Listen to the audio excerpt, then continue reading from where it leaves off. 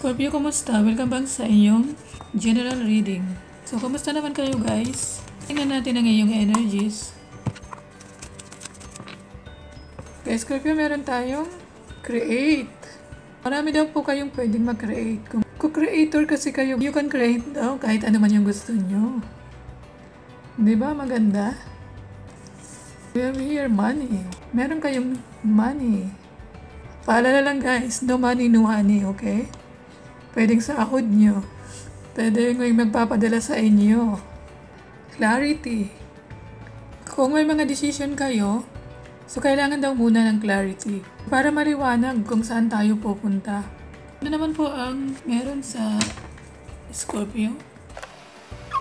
7 of Cups, the Hierophant, 5 of Cups, 4 of Cups, the Star, Justice. Okay, ayusin ko lang. Ang iba sa inyo ay isang religious or pwede isa kayong teacher or guide. Diba? Ang minimensahe din sa iyo na isa daw ko yung star. So, kumbaga, nagsashine na kayo na meron kayo na nakaraan na nag-heal kayo. Pwede rin meron kayong talents. Yung talents na yun, pwedeng unti-unti kayong sumisikat. So, ang sinasabi din dito din, may nawala sa inyo, pwedeng trabaho, business, or kaibigan, or pwedeng mahal nyo sa buhay, but it doesn't have to be the case. So, may nawala pero hindi naman po lahat nawala. Blessing in disguise. Kalimutan na daw yung past mo kasi meron daw kayong new life. At merong hindi balanse na sitwasyon. Kung ano ang pinakita mo, yun din kasi ang babalik sa'yo. Timbangin daw kung ano ang hindi nakakatulong. May choices kayo. Kasi parang may illusion eh. Makita ko lang. Kung makikita mo, may 7 cups. Ang sinasabi sa'yo na mamili ka. Anong cups ang uunahin mo?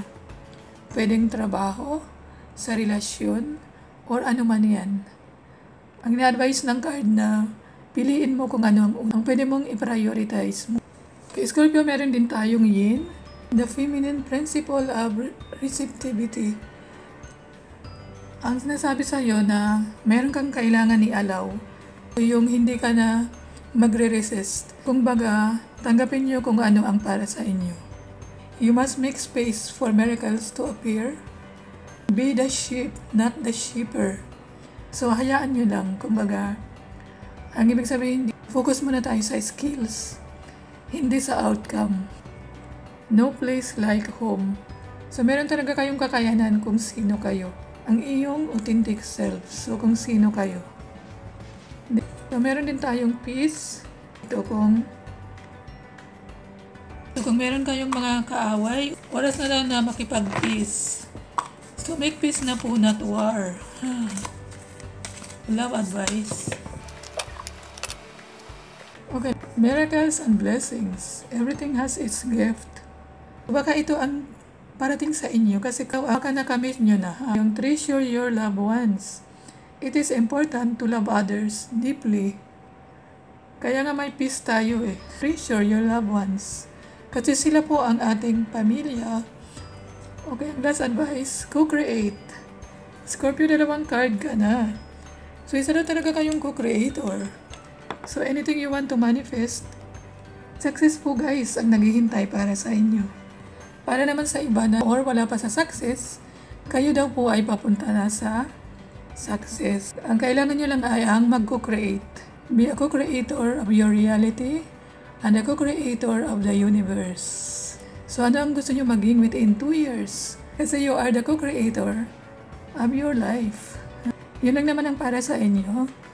Thank you for liking, subscribing, and commenting. Spread love and not hate to anyone. I love you all. Thank you and God bless.